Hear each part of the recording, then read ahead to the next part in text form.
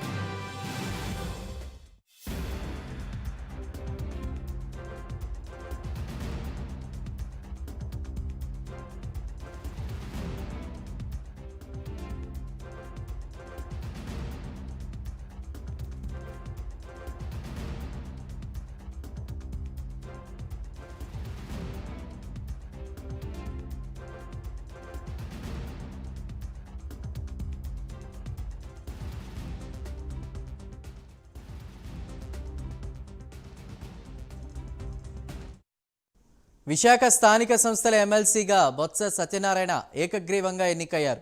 స్వతంత్ర అభ్యర్థి షఫీ నామినేషన్ ఉపసంహరించుకోవడంతో బొత్స ఎన్నిక ఏకగ్రీవం కానుంది. ఈ మేరకు రిటర్నింగ్ అధికారి అధికారికంగా ప్రకటించనున్నారు. అటు టీడీపీ పోటీలో లేకపోవడంతో బొత్సకు లైన్ క్లియర్ అయింది.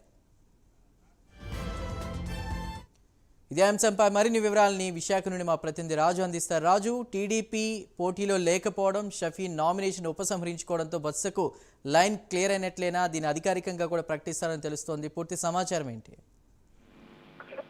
చంద్ర, ప్రధానంగా చూసుకునేటప్పటికీ గత సార్వత్రిక ఎన్నికల తర్వాత ఈ రోజు నుంచి కూడా ఉప ఎన్నిక రావడం, అది బొత్స సత్యనారాయణకి ఇవ్వటం, ఇదంతా కూడా ఒక ఉత్కంఠభరితమైన వాతావరణం జరిగిందని అయితే మనం చెప్పుకోవచ్చు. అయితే టీడీపీ కూడా తొలిత పోటీ పెట్టాలని నిర్ణయించిన తర్వాత క్యాండిడేట్ పేరు కూడా డిసైడ్ చేసిన పరిస్థితి కనిపిస్తుంది. అది కూడా విశాఖపట్నం నుంచి కాకుండా ఎవరైతే గతంలో విశాఖపట్నానికి అనకాపల్లికి సంబంధించి ఎంపీ క్యాండిడేట్ ఎవరైతే బైరా దిలీప్ ఉన్నారో ఈయనకి ప్రకటించే ప్రయత్నం కూడా చేస్తారు. అయితే దాని తర్వాత వైఎస్ఆర్ కాంగ్రెస్ పార్టీ అధినేత ఎవరైతే జగన్మోహన్ రెడ్డి గతం నుంచి చెప్పుకుంటూనే వస్తున్నారు, మాకున్న బలం ఆ బలానికి సంబంధించి వీళ్ళు కావాలని చెప్పి కూటమి ప్రభుత్వం మా మీద అయితే ఇంకొక క్యాండిడేట్ ని పెడుతుందంటూ కూడా ఆయన చెప్పుకొచ్చారు. అయితే దీని అన్నింటినీ కూడా పరిశీలించిన తర్వాత ఒకవైపు జగన్ కూడా క్యాంప్ రాజకీయాలు చేసుకుంటూ వస్తున్నారు. మొత్తం అన్ని నియోజకవర్గాలకు సంబంధించినంత వరకు కూడా అందరినీ పిలిపించి అక్కడే ఆత్మీయ సమావేశం పేరుతో క్యాంప్ రాజకీయాలు మొదలుపెట్టారు.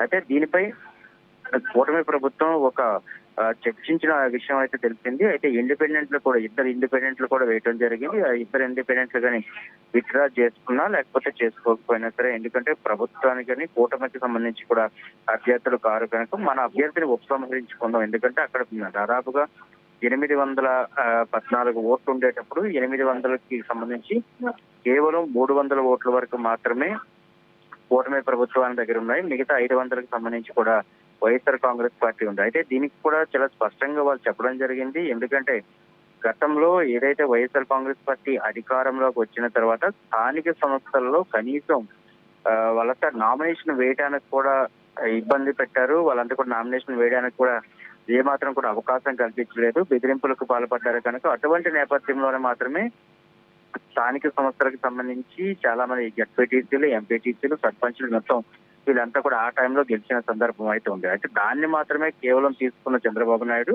ఈ రోజు మేము ఎందుకంటే మళ్ళీ సంవత్సరం కాలంలో వస్తున్నాయి కనుక స్థానిక సంస్థలు దానికి సంబంధించి ఉండబోతుంది. ఇది కూడా ఉప ఎన్నికకి సంబంధించి కూడా గత 2.5 సంవత్సరాలు మాత్రమే ఉంది కనుక దీన్ని అంతా సీరియస్ గా తీసుకోకూడదు అంటూ కూడా చెప్పుకొచ్చారు. అది కాకుండా ఇంకొక సంచలనమైన విషయం కూడా చెప్పిన విషయం అయితే మనకు అర్థమవుతుంది. ఎందుకంటే చంద్రబాబు నాయుడు చాలా రాజకీయ చతురత కలిగిన వ్యక్తి కనుక అటువంటి నేపథ్యంలోనే ఆయన అయితే ఇంకో విషయాన్ని అయితే చెప్పగలిగారు. ఎందుకంటే ఈ రోజు టైంలో కానీ కూటమికి సంబంధించి ఏమైనా సరే గేట్లు తెచ్చినట్లయితే మిగతా అందరూ కూడా ఇందులోకి రావడానికి అవకాశం ఉంటుంది. అది టీడీపీ కావచ్చు, జనసేన కావచ్చు, బీజేపీ కావచ్చు, వీళ్ళందరిలో కూడా వచ్చే అవకాశం ఉంటుంది. కనుక వస్తే స్థానికంగా ఇప్పుడైతే గత 5 సంవత్సరాల నుంచి కూడా చాలా వరకు కూడా కేసులు ఎదుర్కొని, వేధింపులు ఎదుర్కొని వీళ్ళంతా ఎవరైతే ఉన్నారో వీళ్ళందరికీ అన్యాయం చేసినట్టుంటుంది. 2 పడవల మీద ఎవరైతే కాలు వేస్తున్నారో అటువంటి వాళ్ళని కూడా పార్టీలోకి ఆహ్వానించొద్దు అంటూ ఇప్పటికే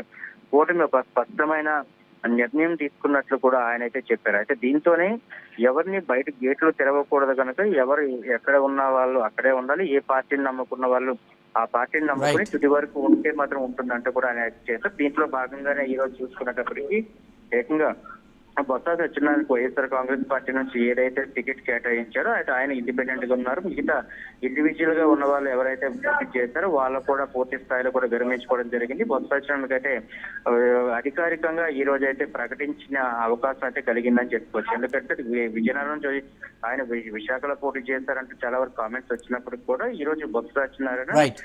ఎమ్మెల్సీగా త్వరలోనే ప్రమాణం చేయబోతున్నారు అనేది మాత్రం స్పష్టం చేసిన అధికారులు అయితే మనం చెప్పుకోవచ్చు. రైట్ రాజ్.